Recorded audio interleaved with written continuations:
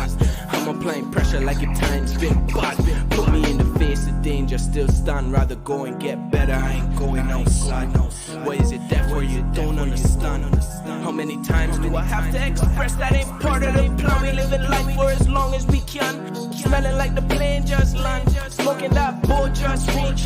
Dogtown Beach. That mean another mission complete. Big force, man, essence. I know frankincense and murder. It's a murder. I just put the homie somewhere in the dirt. Then I turn around and put my whole soul in the verse. Try to throw me in the fire. I emerge on a mission and it gotta work out like fitness. Man, I even eat from morning, no food in the kitchen. Still I take on life. Alright there guys, sorry for the delay. So yeah, I don't know if you guys can hear anything in the background, like an echo or anything. You just let us know down below. I know the guys can hear an echo. I'm not sure if you guys can that are watching. Just let us know. It seems to have all happened since I did that podcast with you, Scott. Blame it on the Scott.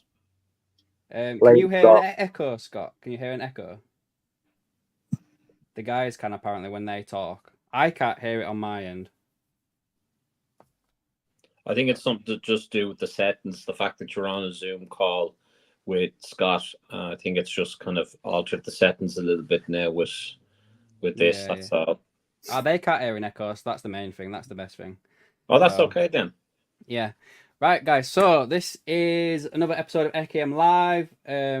Like what, 12 minutes late? My fault, my bad. I was running late, and then obviously ran into these tech issues. So it is what it is.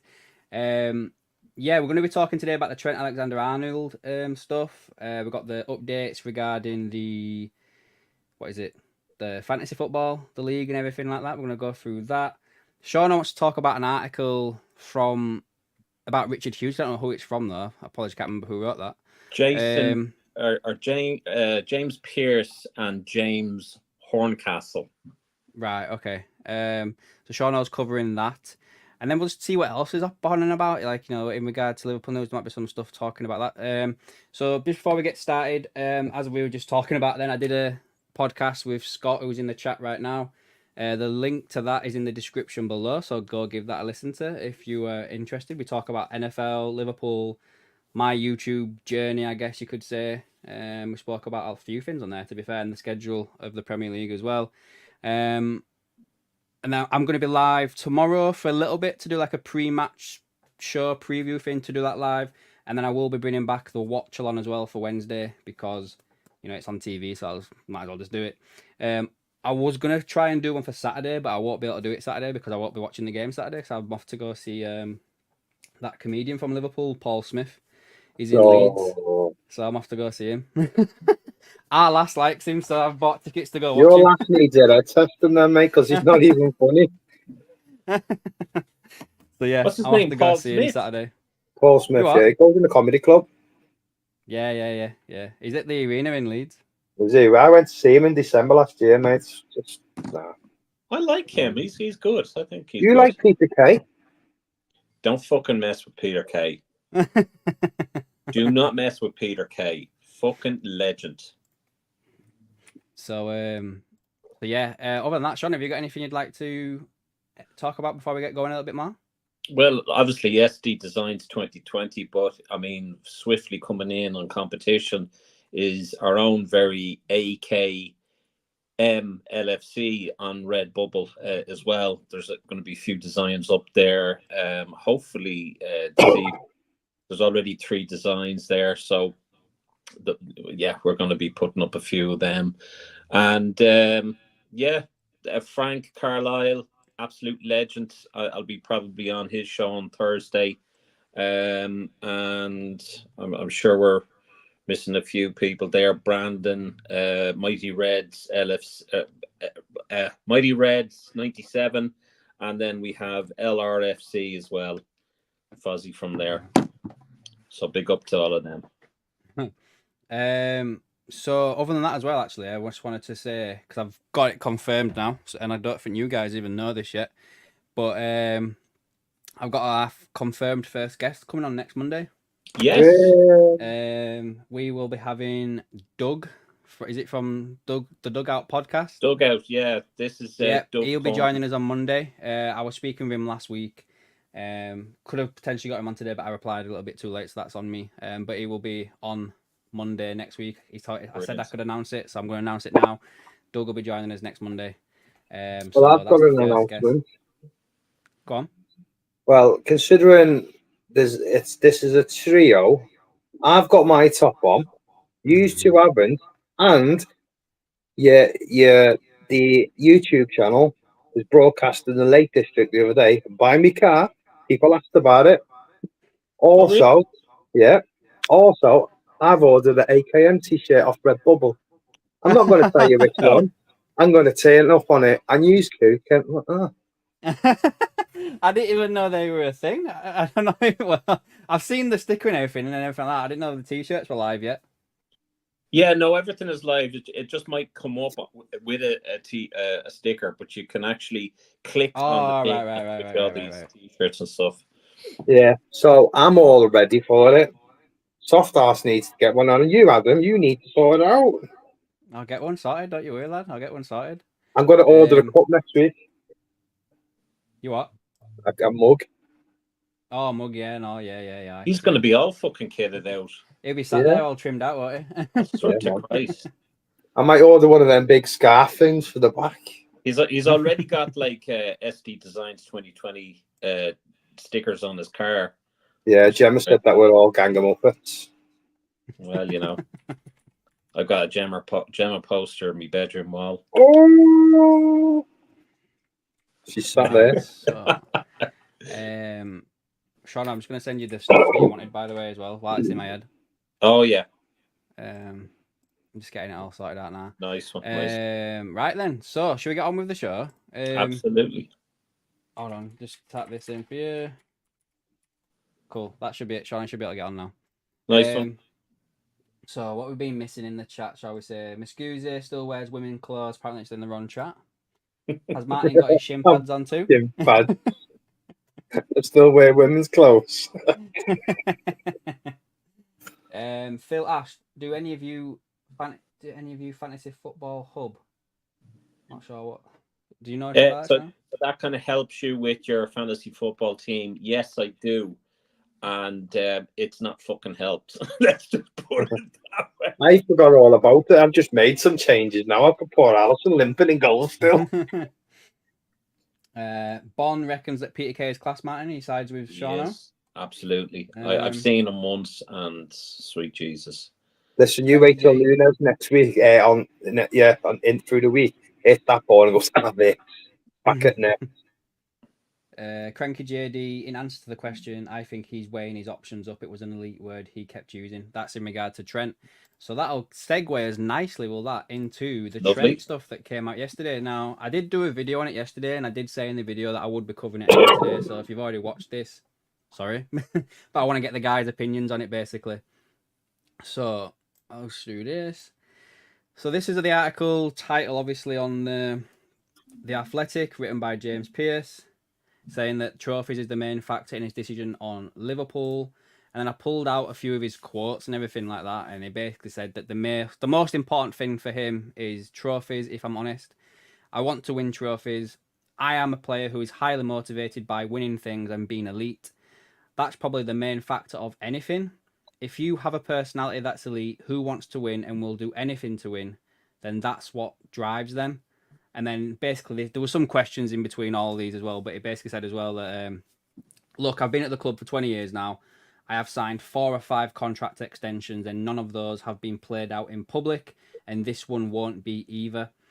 Asked if he wanted to stay at Liverpool, he added that I want to be a Liverpool player this season as a minimum, is what I will say. Now, James Pearce did caveat a lot of that with basically saying he can only say that because that's only how much longer is left in his contract and yada, yada, yada. But when these quotes came out yesterday, Martin, what was your first thoughts? To be quite honest with you, I see his point on every angle. You know, he wants to be in the elite. He wants to win trophies. He's signed it. He's basically saying about his contract like the old school way. It was always done and out. It was never publicised. I think he's got to sign it. I really do. I think he's given that final kick up the arse now to FSG, saying, "Listen, I want trophies. You know, if you're not going to give me, I'm off." Mm. You know, I do think he signed it. Yeah, I mean, I do too. Like yesterday, I was saying on the video that I reckon something along the lines of he's trying to put pressure out there to show, so the club can show that they've got the ambition to match what he wants, you know, win trophies and stuff, and they don't want to be messed about a little bit. I don't think. I think FSG are going to try and pull his wage down a little bit. Only because of like the video you were saying before. I watched before the video. You know, with them people coming in to take, you know, like the debt, Mm-hmm. and yet I think it's going to be, well, we'll give you a contract, but you need to reduce your wage demands. Oh, okay, yeah, I can see that, to be fair, in regards to what FSG want to do, and I think that kind of matches with what I was sort of talking about the other day in regards to them wanting to balance the books out and everything like that. Yeah. And I don't know, I think I kind of went on about some they might want to sell the club and trying to balance the books and everything. But Shauna, what do you think about the Trent comments? Well, I think it dispels the whole thing that, you know, these players don't have any ambition. Obviously, these players aren't going to sit around and wait for a 5-year plan, and it's not a bad thing for these players to want to win trophies, which has kind of been, you know, that narrative has been forced down our necks that, you know, oh, you're glory hunters if you want us to win trophies all the time. That's what Liverpool should be about, you know, win trophies. So I think he's setting out the stall in a roundabout way where he's been diplomatic in what he's saying, but he's saying I'm here to win trophies. My ambition is to win trophies. That's what I want to do. And I think that's a kind of a message to the owners, as well as Virgil's comments there during the summer. I think it's very, very obvious what they want from the club, what they're looking for the owners, whether it's Hughes, whether it's Edwards or whatever. Whether he gets the contract he deserves is another thing.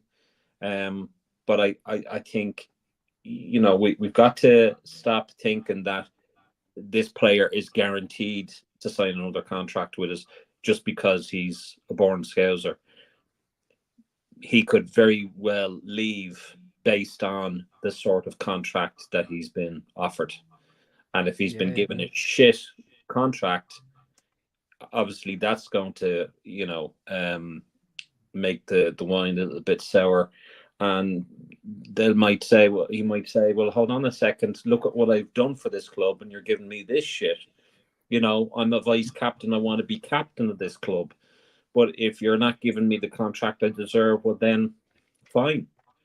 So, you know, I'm undecided really as to whether he'll sign a contract or not. I've said in the poll that he will. I think he wants to, but that all depends on the club. I also feel as well, with like, obviously wage demands are not being aired, but at the moment, if you think of all them players who have gone off the bill, I'm pretty sure they can afford any wage demand. I'd give Salah what he wanted, but I would up Trent's contract as well. Someone big's going to come out. Like I said the other week, I think if he's going to go anywhere, it's going to be Bayern Munich. I can't see him going Madrid because he won't fit. Yeah, I remember you saying that, to be fair. Yeah, that's a good shout. By me, especially when they've got like Elise and Kane over there, like that little English contingent of people that are playing over there, and they're doing well as well, to be fair. So we catch up on what the chat is saying. So Scott reckons that Trent will sign. He's pretty confident. Miscuse doesn't care who they are as a player and wants to leave. Then that's it for me. But I agree with Martin on this one. He will sign. Bon thinks he will sign, but FSG will have to give him big money on a 5-year deal, break the bank, Salah money, talking like 300k, maybe off. Is Salah on 350k? Oh, I can't remember. I think he's 325 or something. And then Scott said that he finds it mad. We've got 3 of the best players in the league in their positions, all seemingly happy to stay. And I'm messing about with the contracts, which actually I saw something earlier on today on X. David Lynch, not a journalist that I pay much attention to, but he's come out and publicly said that all 3 of them want to stay at the club. And I don't think he would I don't think any journalist would put their name out there and put their neck on the line and say anything unless they kind of had the idea that that is what is going to happen. But yeah, But I think they've made that obvious. I mean, I I think the players have made it obvious. I think Salah made it obvious. I think Virgil made it obvious, and I think Trent has made it obvious. But if the contract isn't suiting them, like I mean, bear in mind, guys, you know, there's no such thing as a one club player anymore. I mean, those days are well over. And we saw that with Gerrard when he went to LA Galaxy because he wasn't going to get his game under Rodgers, and they were barely even offering him a contract. They didn't make him a priority. So, you know, if these players don't get a contract that meets their demands and meets their expectations, they will go elsewhere for it. Yeah. Mm-hmm. That's it. They will go elsewhere for it. And it's like Scott, and I said it on the Frank Carlisle show. I think it's crazy and it's mental the fact that, you know, we're down to the last 12 months, and our three top players, our captain, our vice captain, and our leading goal scorer, are now up for leaving at the end of this summer. Do you know what? I even had the sneaky feeling as well. You know, it's. Do you reckon he'd go to Arsenal? No. Ooh, I don't Who? think so. Trent? Yeah. I No. can't see him staying in England if he leaves. He Yeah, won't stay in Premier League, I don't think. See, the Don't thing think with so, Trent, you know, he's been at Liverpool since he was a kid. He was a freaking ball boy as well. Exactly. Yeah. Mm. You know, he's given his all to Liverpool, and they can afford it. They're just doing this fucking money ball shit, like have everything. You know, they give all baseball players millions. Just give Trent his deal what he wants. Exactly. Stop fucking Exactly. about with it all, because they're gonna look at the end of the day. The players are gonna think, well, if the ownership can't decide on what we're doing, why is my future gonna lie here? You know, I'm gonna have to go elsewhere. They need stability as well. Yeah, yeah. I mean, he needs to be shown that the club have got ambition. He needs to show that he's going to be able to win the things that he wants to win at Liverpool. I mean, so far so good under Arne Slot. Like, you know, he's showing all the correct stuff, you know, and everything like that. I guess we just got to kind of wait and see what happens with the January window. Like, Zubamendi maybe in January, a defender perhaps in January, and you know, kickstart the season again when everything comes back. But I don't think so. next year as well, isn't it? I don't think Zubamendi is going to go. I mean, let's be honest, guys. Those rumors about Zubamendi regretting his decision came from the biggest clickbait merchant. No offense, because he's making a bomb, but is the biggest clickbait merchant on X, Indy Kalia. And Indy Kalia is not. It's a parody. It's not a reliable source. Everyone is now on jumping on that as if it's gospel. The guy has made his decision, and some will, you know, say fair play because, you know, he's loyal. That's his club and what have you. But I don't think we're going to get him, and I don't think he wants to come to the club. Do you not think, right? The players, right? They're not stupid, mate. They can see what's going on with the ownership. They can see that there's not that much ambition there. Do you think, right? This out about this. Do you think that there has been a contract offered, but they're holding back to see what FSG's plans are for this summer? Well, not this summer, this winter now. You know, in the January transfer, because are the three of them looking to see what ambition they've got coming in January before they go, right? Okay, now I see some players coming in. Yeah, I can see their ambition. I'm gonna sign. I know it's like they're free to talk to anyone in January, but are they just hoping, just playing it out until Jan now, just to see what the owners are about to do? Because they've got the money. We haven't spent a penny this year. You know, are they thinking, right? Okay, let's see what happens in January. Oh, yeah, if we get someone in, right? Okay, we'll sign. Bang, done. You run a dangerous game though doing that, because from January the 1st they can speak to other clubs abroad as well. I know. Yeah. I would hope that by the end of next month we know one way or the other It needs to be on all sorted. three of them. Because if We we've were got confusion and no direction in the club at the moment, and the three of our main players don't know what's going on with the future, what's that going to do to the likes of the rest of the team? And gone, they're our best players. They've not been assigned a contract. What's going on? So there's going to be uncertainty in that. What's going to filter through onto the field. It's going to cause lack of concentration. It goes back on bad results. Slot gets sacked. It all filters down.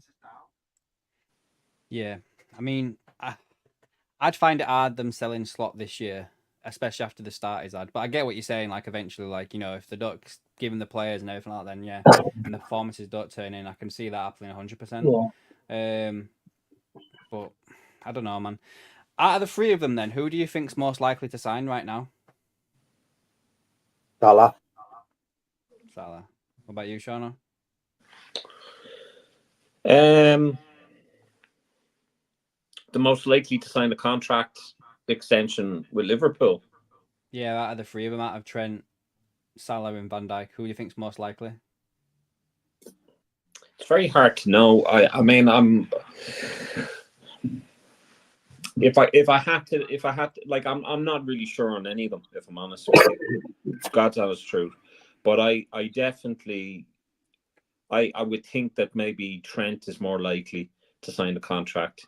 I could see Virgil going. I could see Salah going. And then that would be an opportunity then for Trent to live out his dream as captain. Yeah, I could see out of the three of them walking,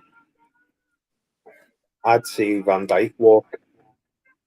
I think he'll just turn his back. Just off you go.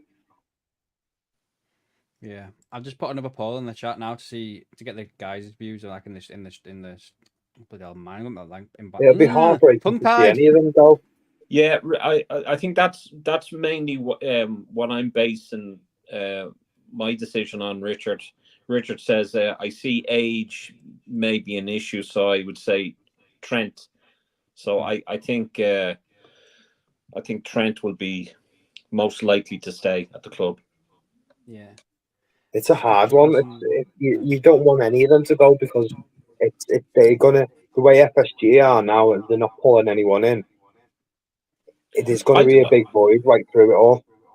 I wouldn't be happy as a club. I wouldn't, if I was Arne Slot, I wouldn't be happy to sacrifice Virgil van Dijk and Salah to keep Trent. Not a hope. No. We're a £5 billion club. I don't have to keep all three of them. I don't think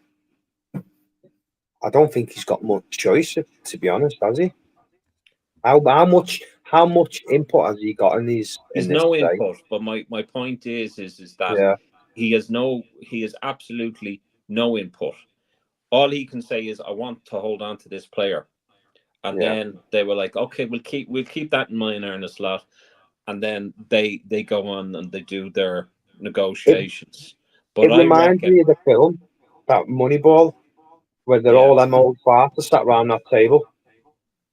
Yeah, that's exactly what it is. Yeah.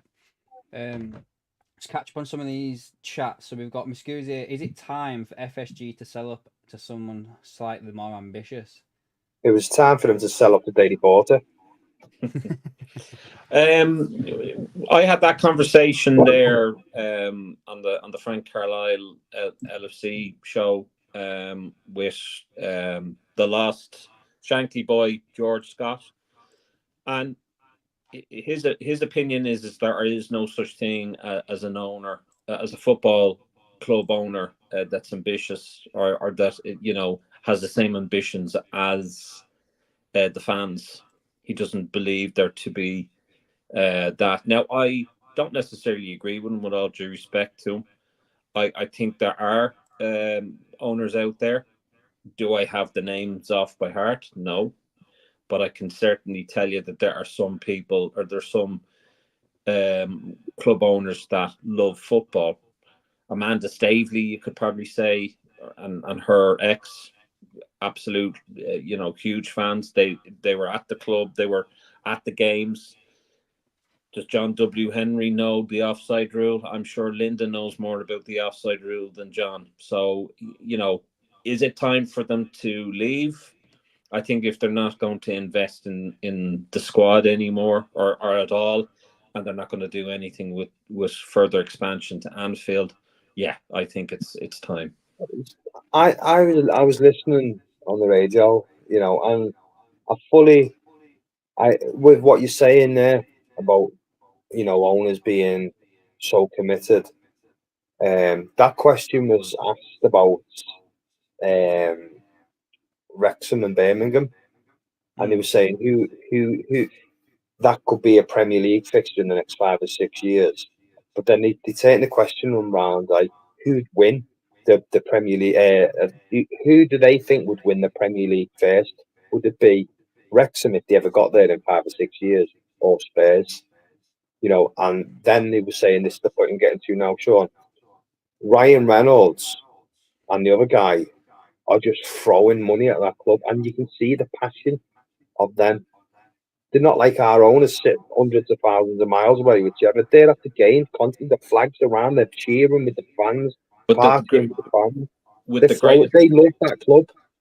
but with the greatest of respect, Martin, I don't want to see another American owning Liverpool. No, He's Canadian. No, or Canadian. Sorry, I know, but sorry, the you caught me there. I don't think they don't have the money. They don't have the fucking money. No, they haven't got the money, but on the lines of they're putting their money into a club, is they're doing more than what our owners are doing. That's what I mean. They're more ambitious. Yeah, of course. I'm not saying I want Ryan Reynolds or someone to come and buy Liverpool and be sponsored by freaking TikTok and shit like that. No, but you've got Ryan and the other guy, and then you've got who are pumping money in when they need it, doing it correctly, and then you've got our lot going, oh, we're going to buy a baseball player now. Deadpool it's a hard one. Scott says, I think Trent spoke quite well about Slot in the interview as well. He did, to be fair. He actually did. Like, Slot's helping his game and everything like that. Like, yeah, he did. It's the constructive criticism as well. It's good. Yeah, exactly, yeah. Imagine that out of the 3 or all 3 leave, it won't do morale much good. No, it won't. No. Yeah. The most important thing is we know he's talking to the club about a new deal from Bonn. I suppose, yeah, James Pearce did say that. He did. Is he though? Yeah, he did. He said that there's talks ongoing. He did say that. Okay. At least that's something. Yeah, JT pretty confident that Trent signs a deal after his comments, but they need to give him what he deserves. If he does decide to leave, it'll be on FSG. Yeah, I agree with that. Miss Scoozy can't believe we let Mbappe and Bellingham go to Real Madrid on loan. Can't wait to get them back. Good evening, Sneaker Wakefield. And then hello, Richard the Red. I think we spoke about your comment there, didn't we, regarding that? One of the best players in the game for me, and if Slot can enhance his defensive positional gaming, he will become even better. Overtaking Matt Manaman's assist at 25 for a defender is bizarre. Yeah, exactly. Yeah, incredible. Yeah, and I think as well that he actually has already spoken about how he's become better as a defender since Slot came in, because Slot is literally, like Martin was saying then, he criticises him even when he's done something right. So. Yeah, because Slot's got a game plan. He's not going to move like a left winger out into the central midfield or shit. Like Klopp used to just like go straight at it. There's a method to his madness, and it's working. Exactly, 100%. I think Slot's performing a lot better than most Liverpool fans thought he was going to do, and the team is the teams are nice to watch now. Well, again, I take that back. The team was nice to watch under Klopp, but it's more methodical now. It's more control. If you know what I mean.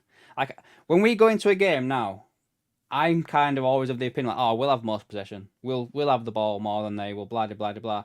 Whereas under Klopp, it was a bit like a tennis match. Yeah. Do you know what I mean? So Well, I think I'm enjoying watching it. Like as you know yourself, so the last few years I've not really watched much football, but apart from 2 games this year, you know, I've watched. Like I'm excited about what the season's got now. You know, I'm paying a yeah. bit more attention to it. Yeah, I agree. I think it's a good time to start doing these live streams and that, especially when slots around. It's something new in it. It's something we're all new. We can all talk about it and stuff like that. So Yeah, it's like um, I couldn't wait to do that video the other day because I was excited. yeah. You know, and I've looked at the other two I've done, and it's been but I feel like I give more detail because I paid more attention because I was so overwhelmed for not for Nunes. Do you see a present on there? You know that meant the world to him. Yeah. I and think we forget that these. can I just say, Adam, that's 2 more fucking videos that he did for you than he did for me. You get my special videos, don't you, mate? To be fair though, Oh, it just shows as I well need that to buy Nunes a is human. tripod. A tripod. I'm fucking. Me fucking can't do nothing. You need to put it on a fucking table and sit at a table. Mate, I've got a wife downstairs, 2 kids with fucking. Okay, that's fair enough. Yeah. Fair point.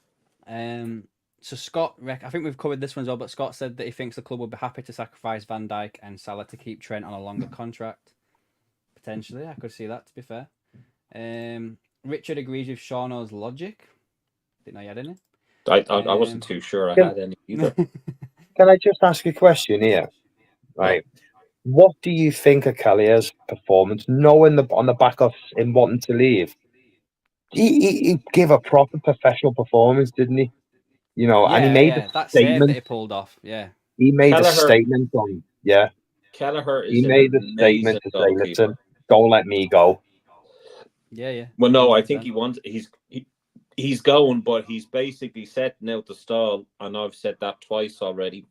He's setting out the stall. There's a third one, and he's basically saying, right, who wants the second best goalkeeper in the league? Because I definitely think he's the second best goalkeeper in the league. 100%. Yeah, I really do. Everyone's been raving about that David Ray, aren't they, down at Arsenal? Like, and then Kelleher does the performance like that, and then nothing. It's crickets. Arsenal couldn't hold their piss, for fuck's sake. That game annoyed me yesterday. Yeah.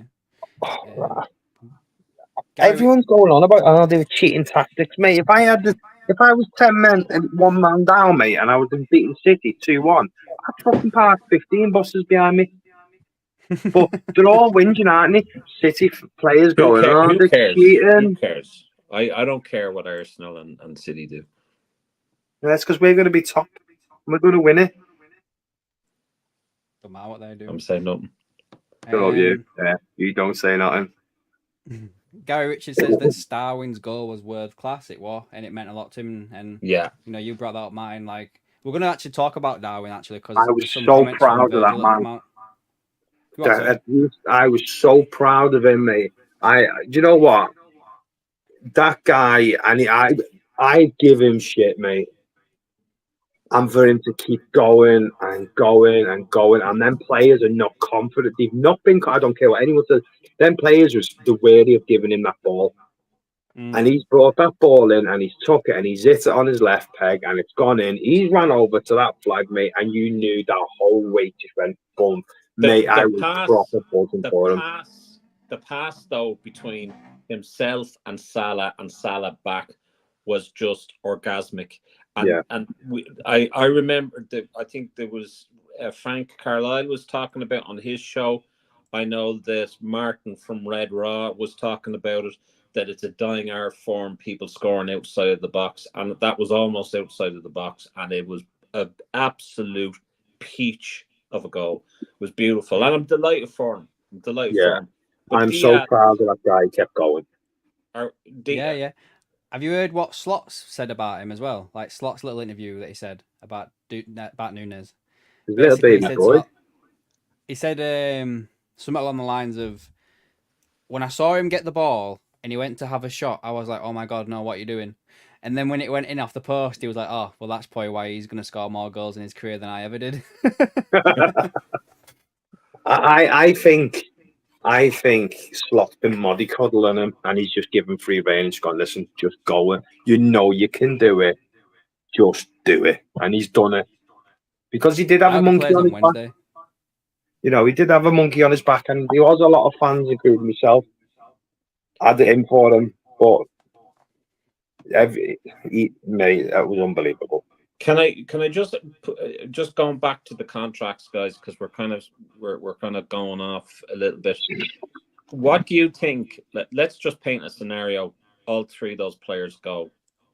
How do you think FSG are going to appease the fans, or what do you think they are going to do or try to do to kind of put a smile back on our faces if the likes of Trent, Virgil, and Salah go at the end of this?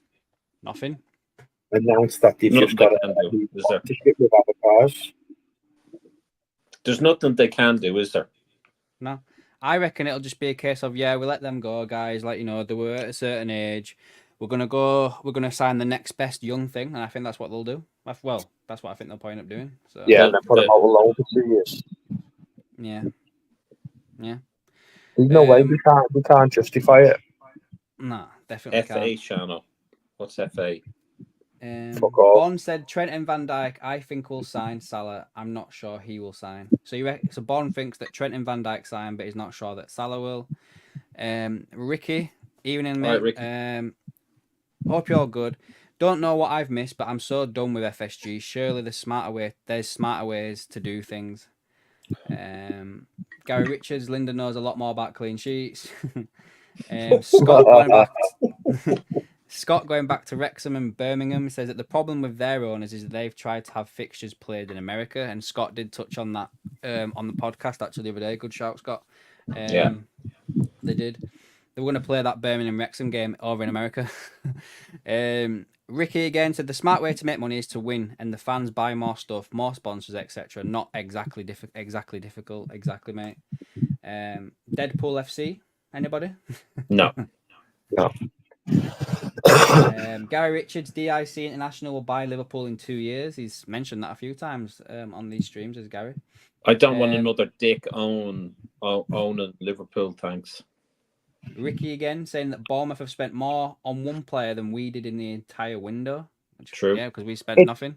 It's not even any point of getting like the Saudis coming in now, because you can't spend it. You just physically can't do it no more. You want, but you see, this is the thing, Martin. You're playing into that stereotype that is played by top Reds. We're not looking for money to be spunked up against the wall. We're looking for necessary spending. That's it. Yeah. That's it. So I couldn't care less what nationality they are, what religion they are, or whatever. I couldn't care less about any of that, you know. And let's not talk about bloody, you know, human rights and whatever, because we easily look at America and their human rights and say, oh well, you know. So if we're going to play the moral high ground, let's not cherry pick. No. Miss Gouger's got a question about the atmosphere at Anfield this season. What do you think of the atmosphere has been like? I think, to be fair, it's been quite poor. I think it has been. There's been comment. I think it's an ongoing issue that's been happening for a few years now. I think under Klopp as well. At some points, it were piss poor. Yeah. The problem is the day trippers are the out of towners are going to get the stick of that. They're going to be told that, you know, that it's their fault. And the thing is, when I was over at the Atalanta game, when Spine Cop 1906 and Spirit of Shankly decided to have a no banner protest in the Cop, I was the one with the banner, and I'm Irish, and they had no banners.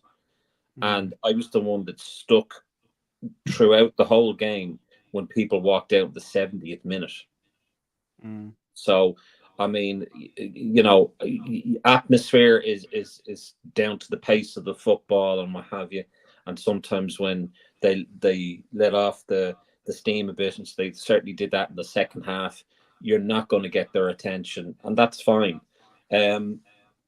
maybe we need to look at the amount of corporate seats that we have.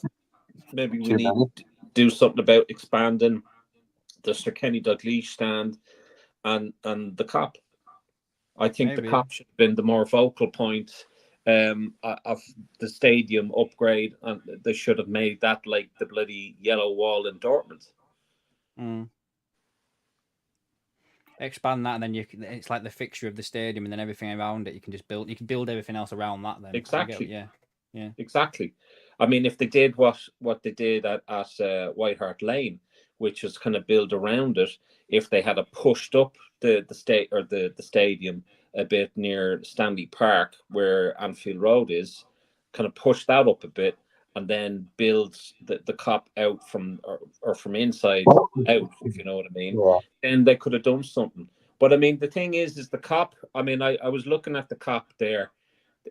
They could put an extra tier. I mean, it is doable. There's not much space. Where it comes up on the, where it says LFC on it, then you've got that little ingress, where it comes in and goes up.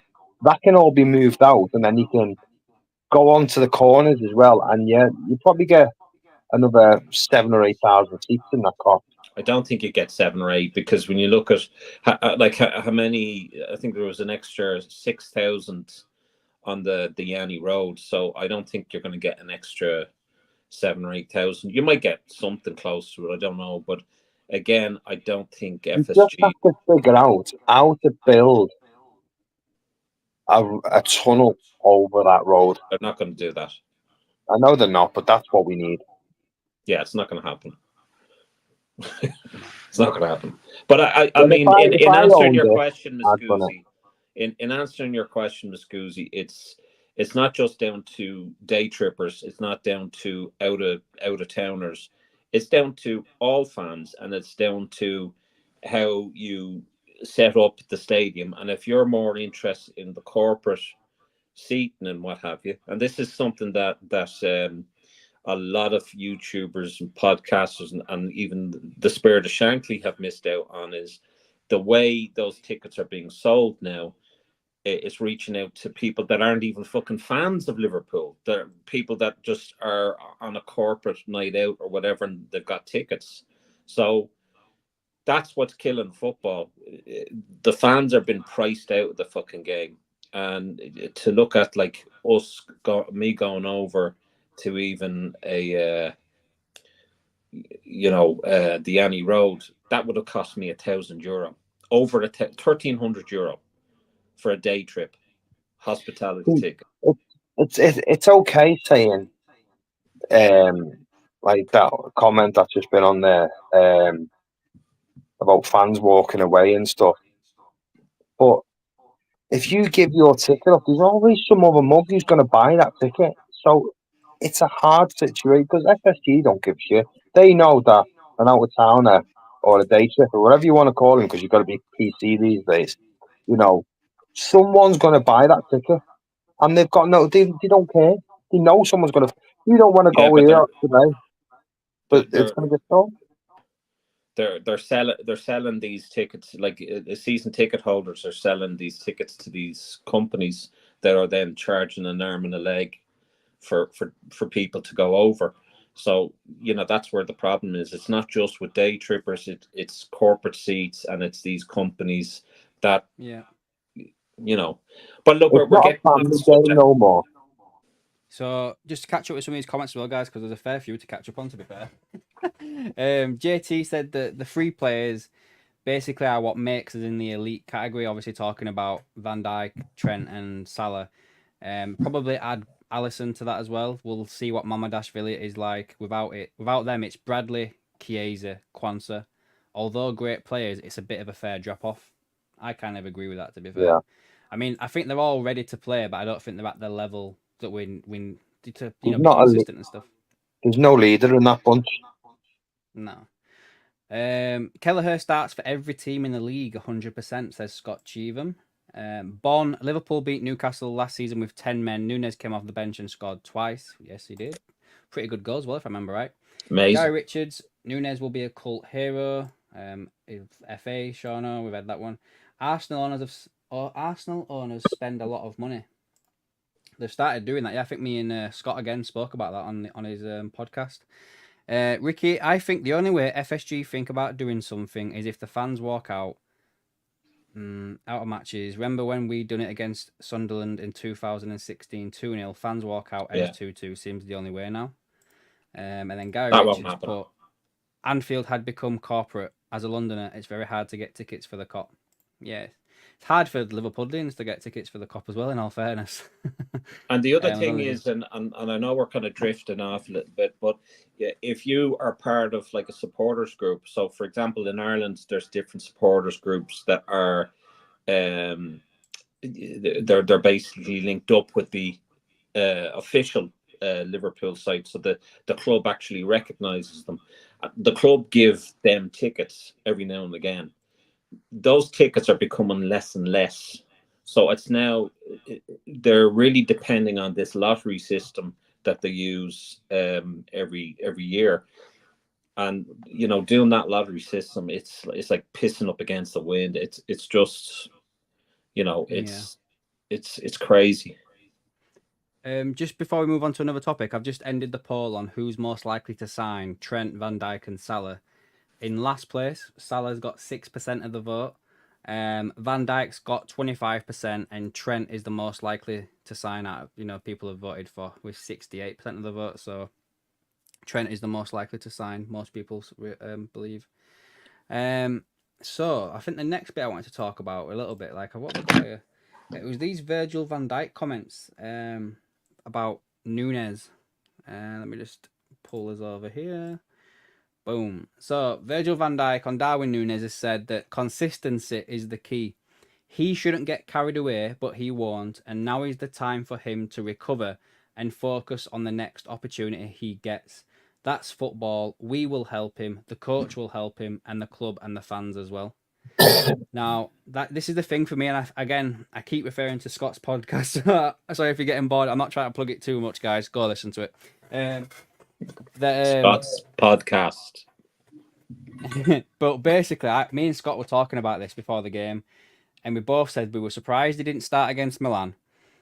We both kind of said that he'd start that day, and then I said, I hope if he plays well today, I hope he gets a run of games now and he's not taken out straight away. Like, he needs to play against West Ham on Wednesday, and then he needs to play against Wolves on Saturday. He needs to play consistently now. I heard you saying that, Adam, on Scott's podcast. So the link is in the description down below. If you go give it a listen, guys. That's Scott's podcast is the link. Yeah, that the one that he was on the other. Was his name Scott? His name is Scott. Podcast. Yeah.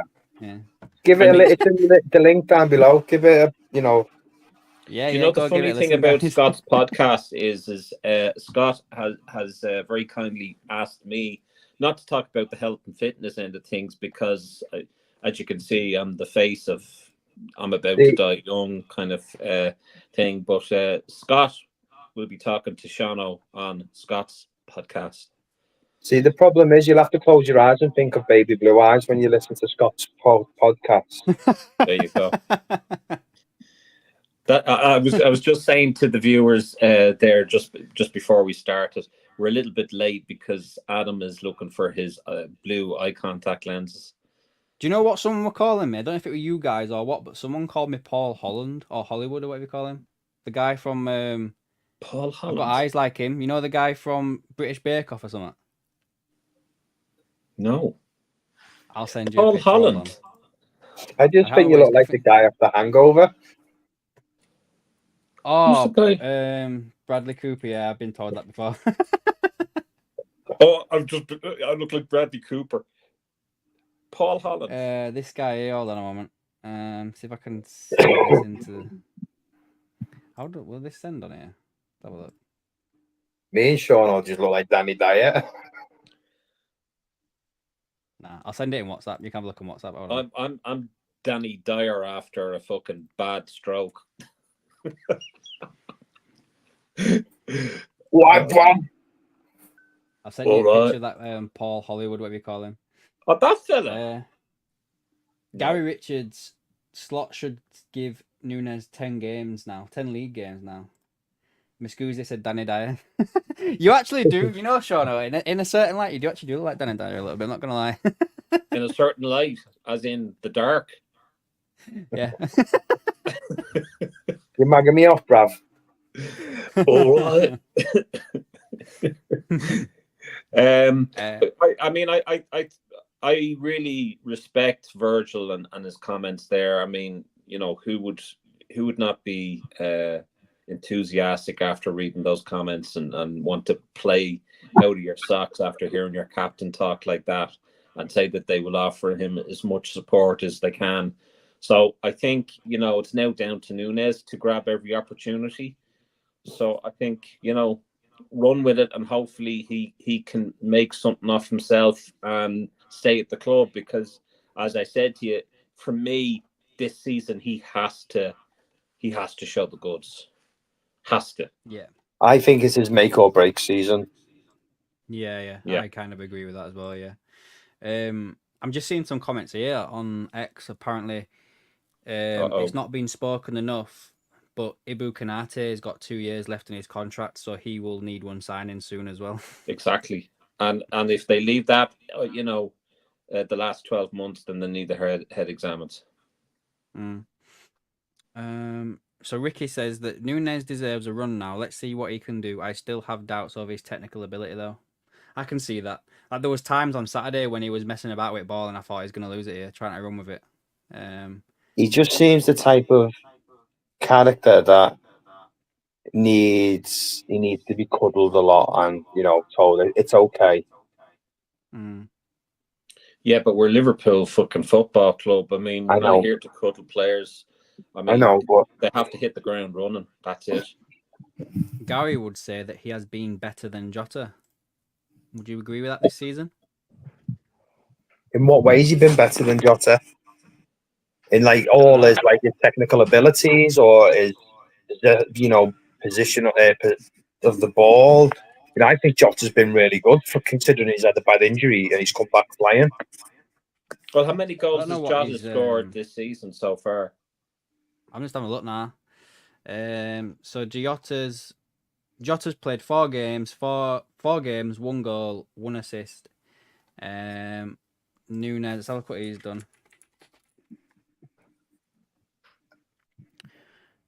Nunes has 4 games, 1 goal.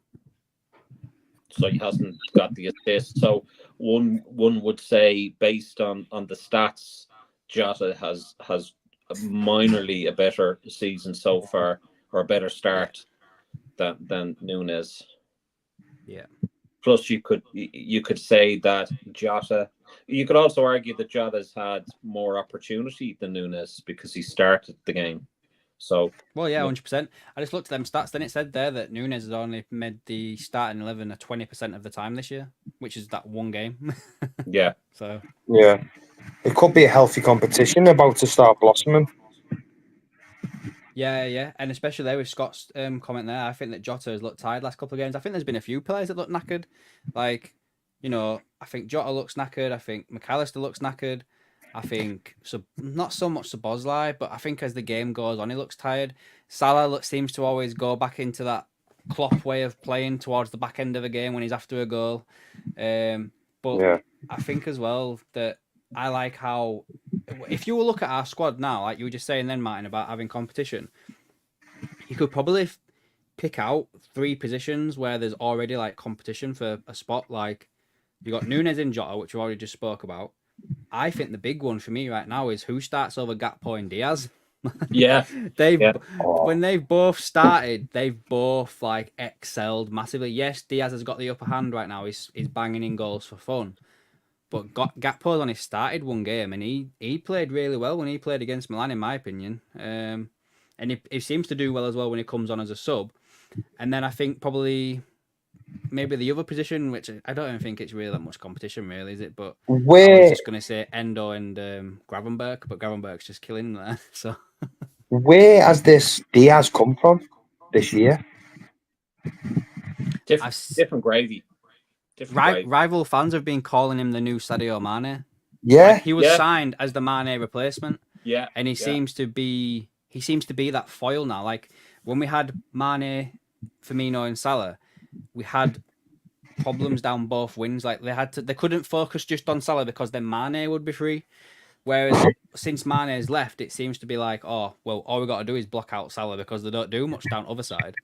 But now that Diaz is showing what he can do, like it's like that first touch of the control of that ball is, if he controls that ball well, it's gone. It's back of the net, mate. His goals today was great.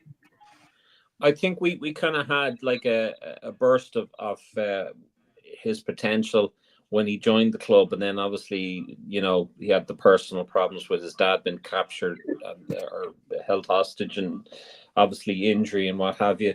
But since Slot has taken over, he seems to be a different man, and we're seeing. I saw that this ginger fella. No offense to any gingers out there. I love the gins. But they're ginger women. But anyway, yeah. There's DG a ginger guy that supports Man U, and he says that Ginge. Is that his name? Ginge, yeah, he's on. Yeah. So basically, he's saying that he's the next Mane. He is the next Mane. He's turning the defense inside out. I mean, his play there last weekend was incredible. Yeah, he did a video the other day about he was watching part of the Liverpool game, and he was turning around and he was saying he hates Liverpool because they are so good, and that Diaz has just become unreal. And even he mentioned about Mane as well. And he said, I've got to give it to Liverpool full respect. They are a world-class team. Yeah. Ricky's saying here that Jota has a better understanding of how to read situations. For example, his role in Diaz's first goal against United is underrated. Didn't touch the ball, but his movement made the goal possible. Football is losing players like Nunez's raw talent, which I think that's what you were saying earlier, Sean. I want it like Martin was on about Martin Red Raw. He was saying how it seemed to be losing that type of footballer nowadays. Exactly. Gary Richards, with the addition of Chiesa, Liverpool must have a real go at the Premier League. I think we will do. I think we're in there already so far. Got to just keep it going. Do you know what? I'm confident when we play City next, we're going to batter them. I do. I won't be surprised. Rodri's out for the season, isn't he? Yeah. Yeah, he's done his ACL. That was not nice. I should be laughing. Scott says, I think the thing with Diaz is he had back-to-back knee injuries, didn't he? So he might have taken him longer to get back from them. Yeah, true. And then Bon obviously mentioned about his dad with the issue last year. And then Miscusi's Mane's fringe started on the back of his neck. It did, yeah. Yeah, I think mine is starting the back of my neck as well, Miscusi.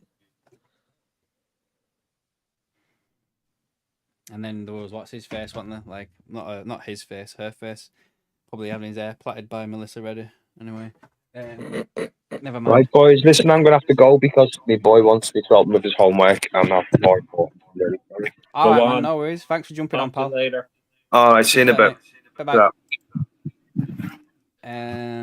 So yeah, Sean, I guess now we'll just finish off with the Richard Hughes article. If you're Yeah. I mean, Jesus Christ, lads! When we should have been kind of talking and bigging up like what an amazing game this was going to be. The Liverpool AC Milan game. We should really be talking about the clashes before that we had in the Champions League. The one that we won in 2005, the one that they won in, was it 2006 or 7, and. We should really be talking about that, but good old James Pearson, James Horncastle put out an article. I don't know whether you got a chance to read through it. I haven't just yet, no.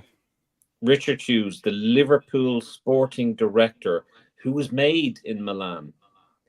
So he goes on to kind of, do a little paragraph about Liverpool versus AC Milan, the Champions League, conjures one amazing game and what have you. And they talk about the miracle of Istanbul and Jersey Dudek's penalty.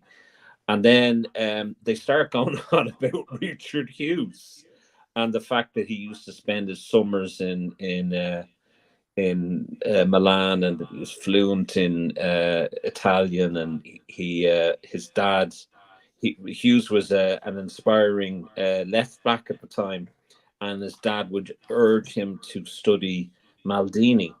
So he was a big fan of AC Milan. He used to go to quite a lot of the games and what have you. There's about fucking, let's see, 1, 2. So I've got. Where did you find this? Sorry, where did you find this? So this was the New York Times, but it was the Athletic with the New York Times. Okay. So it, let me see if I can find it. Huh? Let's have a quick look, see if I can find it. So Richard Hughes, the Liverpool sporting director, who was made in Milan. That's the name of the article. I've just found a couple more articles in Athletic as well, which we want to talk about before we go. And is it about fucking Richard Hughes? No, one of them's about Trent, and one of them's about the atmosphere at Anfield. Funny enough, yeah. Let's have a look. The rise of no, it's not that one. Not that one. Nope. I think I did. I not send it to you? Oh, I found it here. Yeah, found it. Got it here now. So let's have a look what they're saying here. Talking about his past, innit, and everything like that. Like I can talking about his past, like today's league phase encounters between the teams at San Siro may lack those high stakes, but for Richard Hughes, Liverpool's new sporting director, the game will resonate all the same. Hughes is a proud Scotsman, capped 5 times for his country, but he spent his entire childhood in Milan. He was a regular at Milan home games and idolised Paul Maldini. The footballing education he received during 7 years with Atalanta's famed academy gave him the platform to launch a professional career that included spells at Arsenal, whom he joined on his return to the UK on his 18th birthday in 97, Bournemouth, and then Portsmouth. His passion and knowledge of Serie A, coupled with being able to speak the language fluently, Jesus Christ. Let me see. And the contracts he has built up in the league has been an asset since turning his attention to recruitment post-playing. First as technical director of Bournemouth before being headhunted by Liverpool earlier this year. Now, to me, like, this is like appeasing the club, FSG. Mm-hmm. It's to build the relationship with Richard Hughes is basically what it is. That's all it is. But I don't give. I don't know about anyone else, guys, and let me know in the comments. I don't give a fucking shit about. I don't want to have a relationship with Richard Hughes. I'm not going to have a Liverpool scarf saying Richard Hughes and his face on it, no more than anyone else is, of their sporting director. I don't care what, as long as he does the job and he does it well, and he doesn't screw us out of players that we have, and he doesn't screw us out of players that we could have, then that's all that matters to me. I don't really care about his childhood no more than people care about mine. I don't really give. I don't care. I don't care what he does. We shouldn't be talking about this. This was released the same day that we were facing AC Milan, and a real test for Arne Slot. And all James Pearson and James Horncastle decided to do was write about fucking Richard Hughes. Come on. I know. Like Come on. Just says there, Richard Hughes made in Milan sounds like a shite movie. It sounds like a really bad porn. Joe, all right, mate. I hope you're doing well. All right, Joe. I've noticed Jota doesn't seem to score as much for the middle when Diaz plays. It started the day Diaz signed. Liverpool went up levels, but Jota dipped. Yeah, I think Jota's still probably like one of the best finishers up there. In the squad. Guy Richards, Istanbul is the greatest nights in is the greatest night in football, along with the 4-3 Absolutely. Anfield against Newcastle. He also Oh. says that Richard Hughes should do his job. And then Yeah. Bong also says that the 4-0 against Barcelona is up there as well. The Now- 4-0, yeah, absolutely. The 4-0 at Barcelona against Barcelona was incredible. I mean, that was absolutely amazing. But do we want to be talking about a sporting director on the day of a very, very big game for Arne Slot after losing against Nottingham Forest? We're now in the Champions League, different format. We have to hit the ground running, and we did. And we had an amazing game. And all James Pearce and James Horncastle, all they want to talk about is fucking, Richard Hughes and his childhood. I couldn't care less. What has he done for Liverpool lately? What has he done this summer? There's 3 contracts of really important players up for the last 12 months, and we're talking about his goddamn childhood. It was like the time when Ian Eyre, who was chief executive or sporting director or whatever he was, and he was an internet meme, absolute internet meme. And when he left Liverpool Football Club, Liverpool Echo, or as I called them, the Fenway Echo, wrote a 2-week tribute to the man. Where is he now? Don't know. Probably in another business somewhere doing something different. He went to Germany and he was kicked out of that job, I'd say 3 months later. And now he's over in America. So Richard Hughes, with the greatest of respect, nobody cares. Do your job, and then the fans will warm to you. If you're as good as you say you are, that's it. Yeah. Scott says, I will judge Hughes after I see his actions, the contracts, for example. 100%. Like, we don't need to be told about his past. We need to see what he does in the future. I wonder if they mentioning that over the whole Chiesa thing, the fact that we got Chiesa. Are they putting that down to the fact that Hughes has an Italian connection? Yeah. Yeah, maybe. I wouldn't be surprised, to be fair. I mean, Chiesa also said himself, didn't he, that he got the phone call from Richard Hughes to go over. So, yeah. Emphasize me. Before we get off, Sean, I just want to quickly touch on a couple of articles that I've just seen on The Athletic, if you've got a bit of time. Sure. So the first one here is we need to talk about the atmosphere at Anfield. Now, I'm not going to read the whole thing out because I'll be here for ages and I'll get tongue-tied and everything like that. But basically, they're saying that there were sections of the away end at the weekend basically saying stuff. They were chanting, "You're 2-0 up and you still don't sing," when Diaz scored his second goal. And then the Forest fans the week before were saying, "Where's your famous atmosphere?" And if I just keep going, and then there's a little bit here that's saying that English crowds typically are reactive.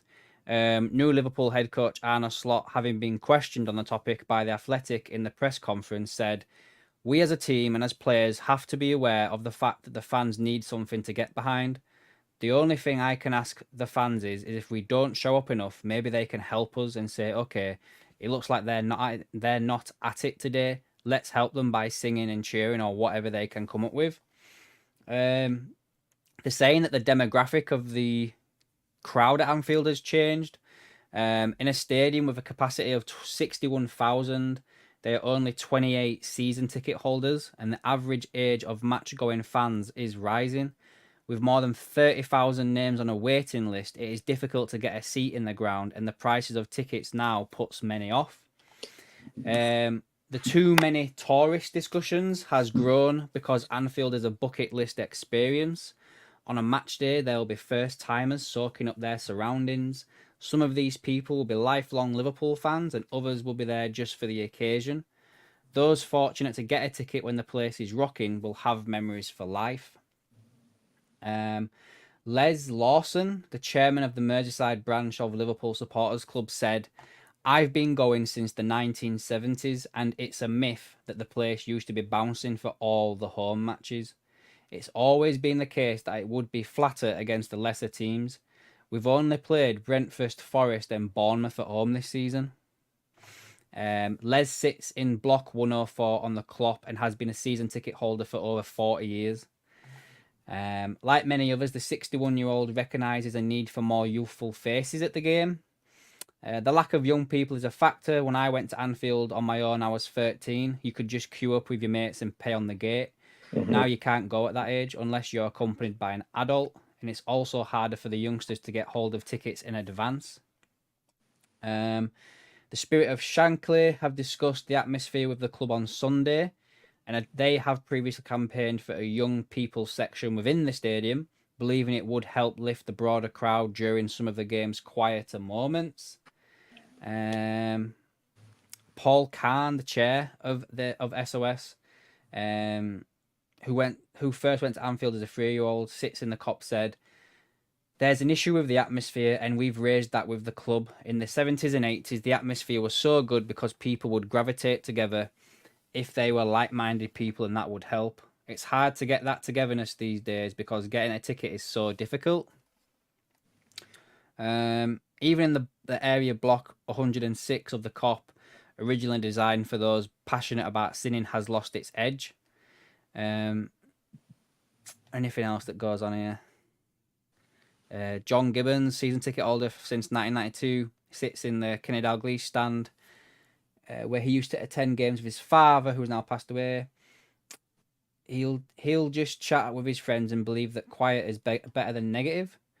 Would he like the atmosphere to be better? Yes, but what do we do with it? Is it to entertain ourselves? Is it to entertain those watching on TV? Or is it to help the team win? Because if the purpose is to help the team win, then we've been doing a brilliant job. The Forest game was the third Premier League home game since Van Dijk has lost at Liverpool, and it's early days under Slot, but under Klopp, our home record was phenomenal. And then he is the lead voice of the Anfield Rap. What I would like our fans to consider is, when we go into the ground, are we trying to create a positive atmosphere for the team to win that's slightly different to how we talk about the atmosphere? I'm not particularly bothered about going through every song in the songbook and going through every verse of Paul Scouse or Tommy. It sounds nice on the telly, but what I'm concerned about is making it good for our players and harder for the opposition. When the Liverpool atmosphere is the best, we've seen teams crumble. Yeah, but I think you can't predetermine how. Like, there is no guidebook on when you go into Anfield, how you're going to react as a fan, and it is a very reactive game. Sometimes you're not going to get 100% off the players, and then the fans are going to react accordingly. So, I mean, we can all put it to a lot of things. When I'm in the heart of the COP, I'll be singing.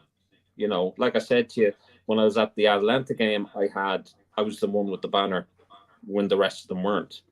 I don't understand people that go to the games and then leave after the 70th minute or the 80th minute. I don't understand that. And there's plenty of them that do that. And local fans. And if you want to talk about season ticket holders, are selling their tickets to these companies that are charging an arm and a leg to their fellow fans. So we need to stop.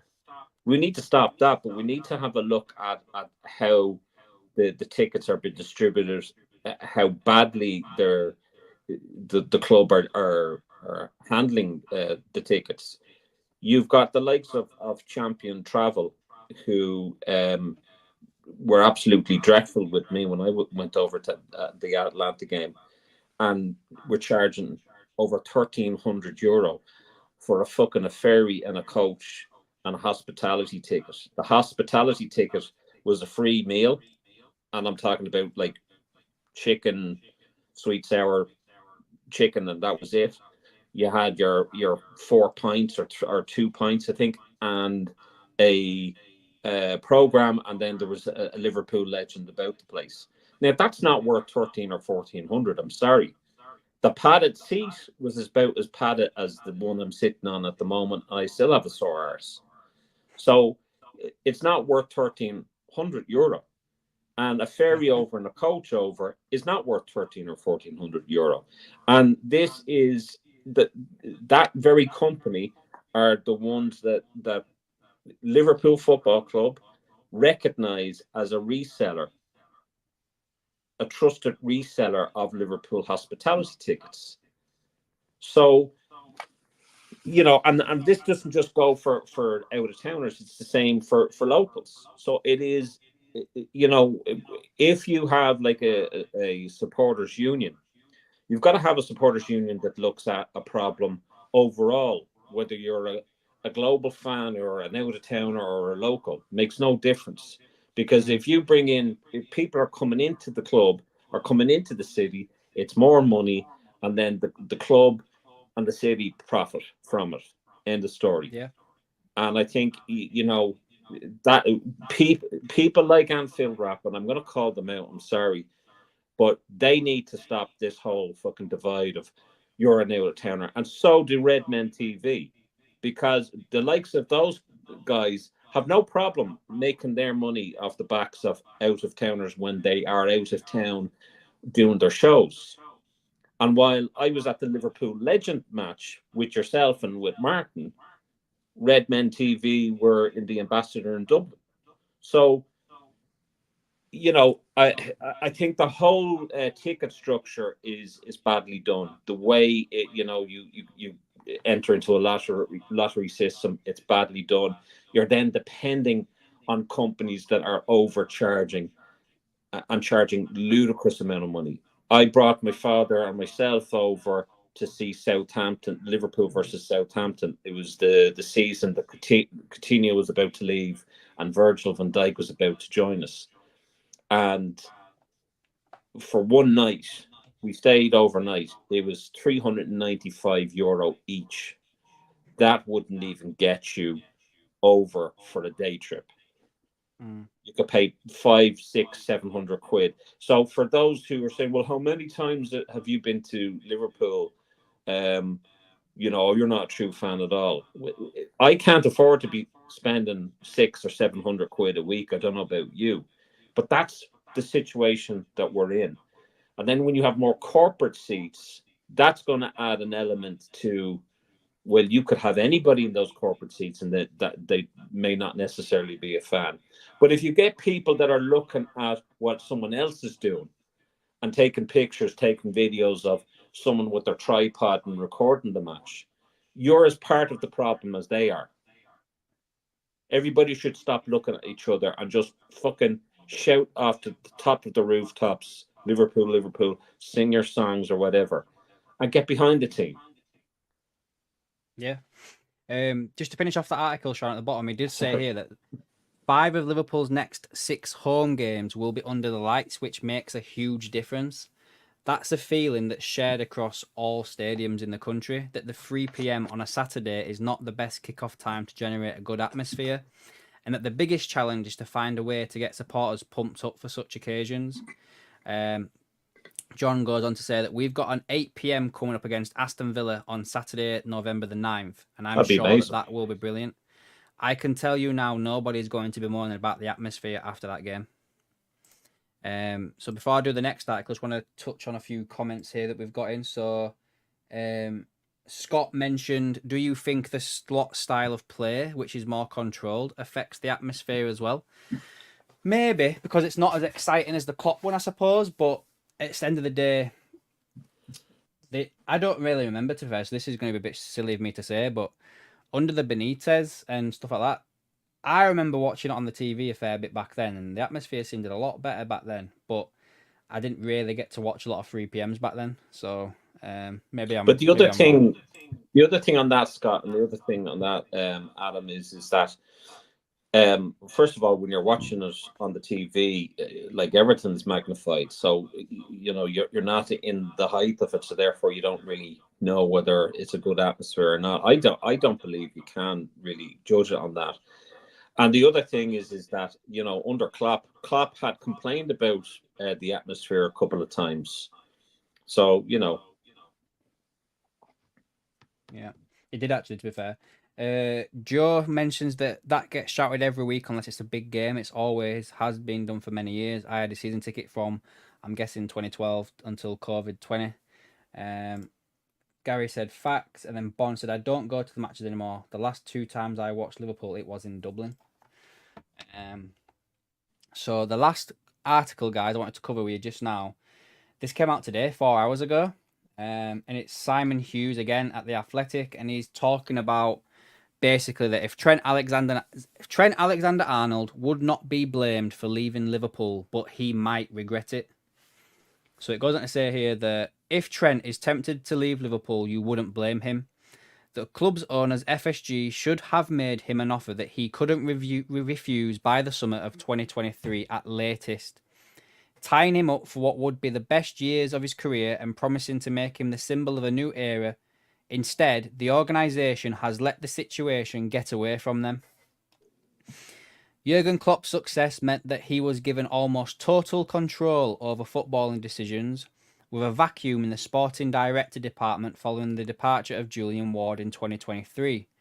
Even when Schmadtke was appointed on an interim basis, contract renewals did not fall within his powers.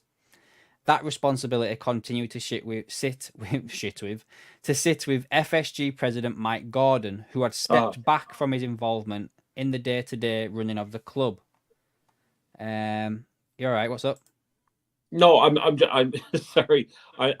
So then it just shows that they let that one drop. Do you know what I mean? They should have dealt with that. Not in the remaining 12 months. It all resulted in a muddled recruitment policy, whereby on one hand, Liverpool decided to pull away from the pursuit of Jude Bellingham.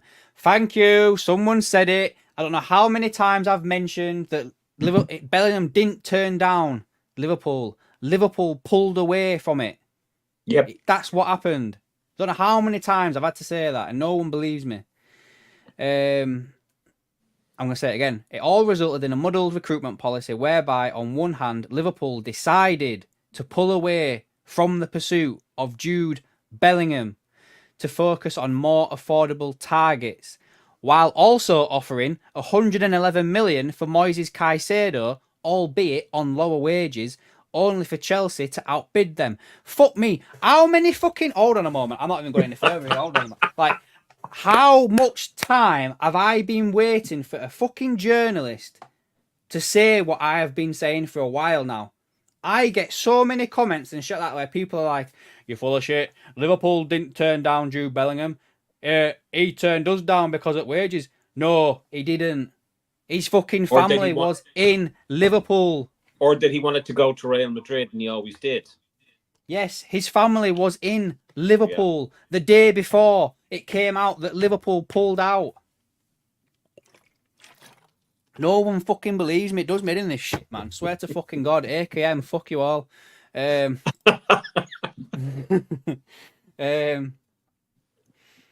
What is this here? Throwing FSG's decision. Hold on a minute, I haven't fucking finished it yet. So that bit there, that paragraph there is exactly what I've been saying. Like, so they were pulled out to get Jude Bellingham to focus on more affordable targets. But then we went and offered 111 fucking million to sign Caicedo. Bollocks. Absolute bollocks. Right. Throwing FSG's this. By the way. You what, sorry? Send that link to me. Send that link to me. I'm gonna get this stream's gonna get pulled. Oh well. Fuck Throwing FSG's decision. You what? Why would it? I just swore like 5 times in space of like 10 seconds. Fuck it. Throwing FSG's decision to effectively put the club up for sale in November 2022, before changing their minds 3 months later, as well as Klopp's surprise announcement of his resignation in January, you'll begin to see how Alexander-Arnold's contract situation may have fallen down the club's list of priorities. Now, however, it should be near the top. Asked after the victory against Bournemouth if he wanted to stay, Trent said, "I want to be a Liverpool player this season, is what I will say." He may not have wanted that to be interpreted as him exerting pressure on the club, but fans would be forgiven for feeling twitchy when they read it, especially amid a recent round of reports suggesting that Real Madrid are interested in signing him. There would be logic to Real Madrid's interest. Dani Carvajal will turn 33 in January, and he too is approaching the end of his contract. though reports in Spain suggest that he will sign a new deal and will remain at the Bernabeu until 2025, but he will need replacing eventually. The presence of Bellingham at the Bernabeu could also be a factor. Despite representing different teams in different countries, a report between Bellingham and Trent has emerged. In July, they holidayed together in LA, and their joint celebration of England during the 24 Euros underlined their bond. Considering Trent's yearning to perform in an elite environment, as he suggested after the Bournemouth game, he will surely now have a better understanding of what awaits him in Madrid if an offer comes his way. Even though he suggested in 2018 interview with Liverpool's website that he dreamed of staying at Anfield forever, Trent would not receive much pushback from sensible supporters if he decided at the age of 26 to depart. This is not a Steven Gerrard situation or before him a Steve McManaman, where the team relied almost entirely on both players, and it felt as though them walking away ended any hopes of a league title. McManaman ran down his contract and signed for Real Madrid in 1999, 9 seasons after Liverpool's last championship. For Gerrard, the gap had extended to 15 years when he announced his intention to go to Chelsea, just weeks after lifting the Champions League. In the end, he rode back his decision 24 hours later after realising what it would mean for his family. Yeah, there's some other stories behind that as well, but we won't go into that. Both Gerrard and McManaman were local-born players who had come through the system at Liverpool. So is Trent, although the context around him is different because in terms of trophies, there is a little else for him to achieve at Liverpool. Sections of the fan base might be persistently irritable because of this perceived lack of investment by FSG. No, perceived about it. Exactly, yeah. But that anger is not as acute as it once was due to the success figures like Alexander-Arnold have helped deliver. God, this article's gone a long time. Let me see if I can just go down a little bit further. You definitely need leaving to send Liverpool. Go on, sorry, mate. No, I'm just saying you definitely need to send me that link. Send it to me on WhatsApp so I can post it up on the Facebook page. Yeah. Leaving Liverpool would surely also trigger some regrets. Trent continues to say that he wants to be the club captain, and he is in theory the next in line to do so, considering his current role as the deputy. Though Trent has won a league title, it did not happen in the way he dreamed of, given the pandemic restrictions meant that fans stayed locked away outside Anfield. And during an interview, he admitted it motivated him again to try again to be able to see the reaction of the city that he comes from at its loudest. By leaving now, history will probably remember him as a very significant Liverpool figure rather than one of its all-time greats. In any debate about an all-time Liverpool 11, Trent is not a guaranteed starter because among those with long memories, he would still be competing for the right-back spot with Phil Neal, Liverpool's most decorated player. Anything else? Perhaps Trent thinks he can return to the club one day, like Ian Rush did following a spell at Juve. There is a risk with that, though, as Michael Owen knows all too well. He thought he would be sorry if he didn't try to live life in Madrid, only to find that after leaving Liverpool, there is no guarantee of finding a way back. It is, of course, not certain that Liverpool win another title anytime soon, and that is fundamentally at the root of Trent's thoughts.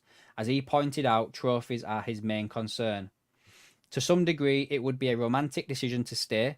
The last local player to captain Liverpool to a title was Phil Thompson in 1980, a feat that Gerrard never achieved. For many, Gerrard remains on a pedestal with only Kenny Dalglish for company. If Trent leaves, he will never get close to knowing whether he was good enough to join them.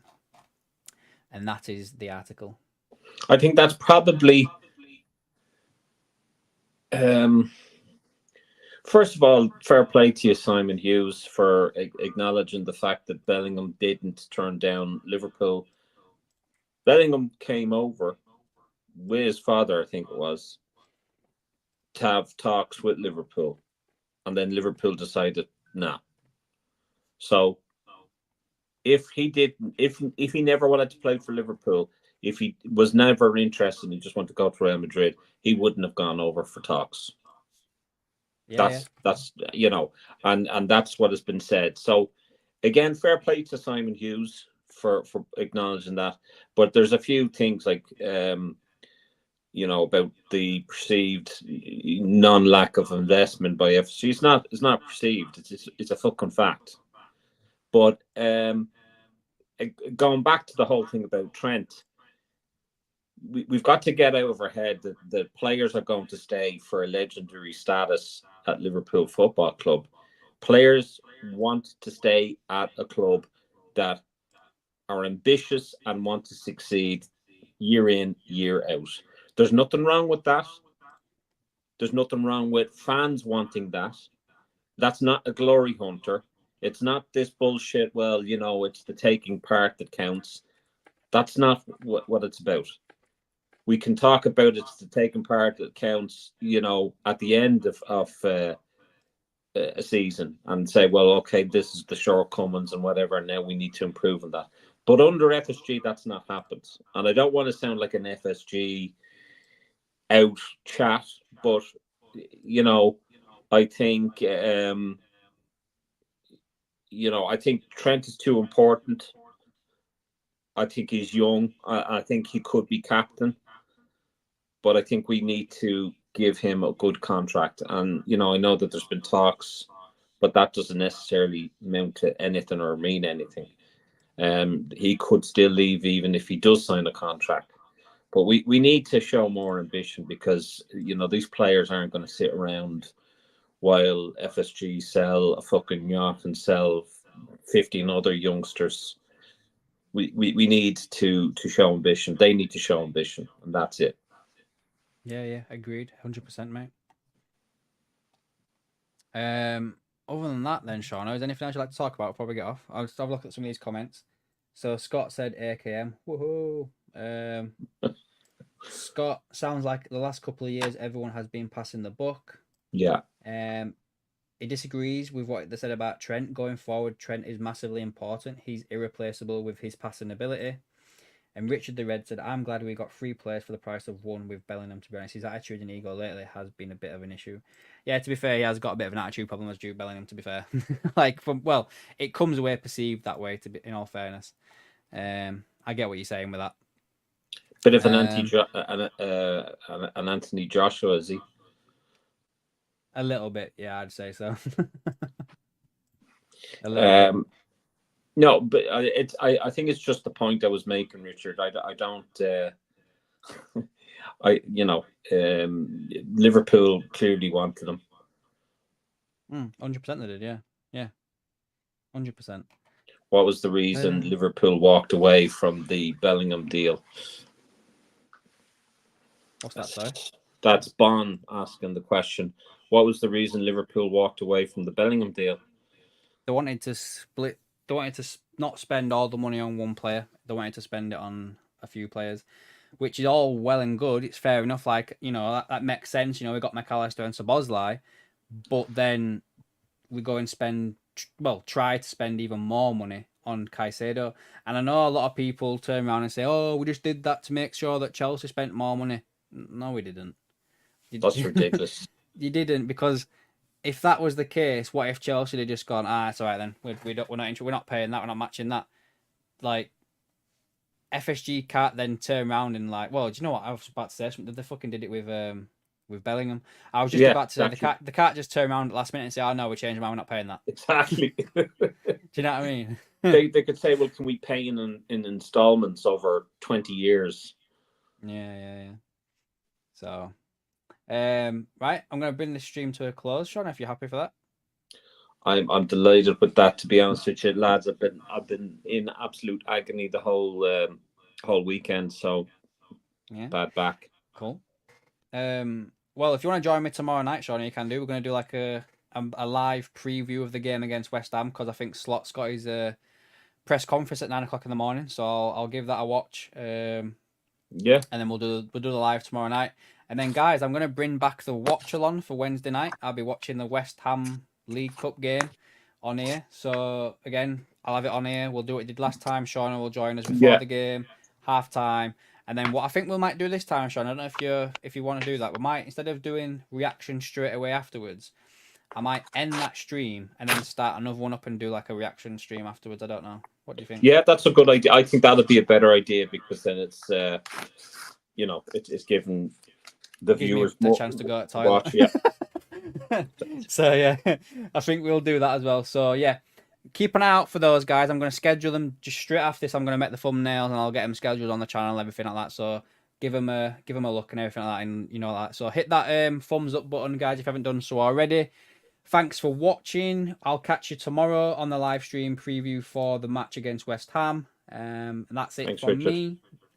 That's it from Shauno. Thank you, guys. Hope you all have a good evening. And we'll catch you tomorrow, guys. Speak to you later. See ya.